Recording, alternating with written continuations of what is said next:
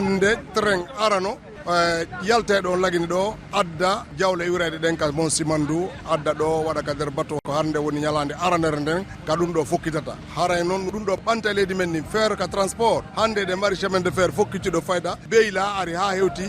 forêt ɗo ɗum rewi e région ji lagine ɗin fof ɗum ɗon déjà ko ɓantal gotal par ce que nde train on no adda marchandise jippinaga no adda bauxite e fer jippinaga ndemo yilto o naɓora e yimɓe ɓen o naɓora e jawle leydi ndi donc haray ɗum ɗon no facilitay déplacement de marchandise on e yimɓe ɓen. Deuxièmement batoji areɗe ɗo ƴettugol fer on si ɗe hewti lagine nde ɗe iwa Chine ɗe ara ɗo ɗe addora e marchandise ji julaɓe men ɓen addora e marchandise ji hanɗi jippade lagine e hanuɗi kadi yawgol e leyɗe wonɗe takko meɗen ɗo fof donc ɓantal fii ka logistique fii ka magasin ji ko innete kon les entrepôts fii service ji ɓuuri développé ɗo donc haray ɗum ɗo fof ko polgal fii meɗen koko Guinéen ɓen habbi bayi mo kala jamanu ɓe haray no felliti ɗum ɗo si fokkiti ko ɓantal leydi meɗen ɗin eɗen tori Allah e taw hara ko e hoore pottal e hoore ɓuttu e hoore pee ɗum ɗo fof heɓoto e leydi meɗen ɗin.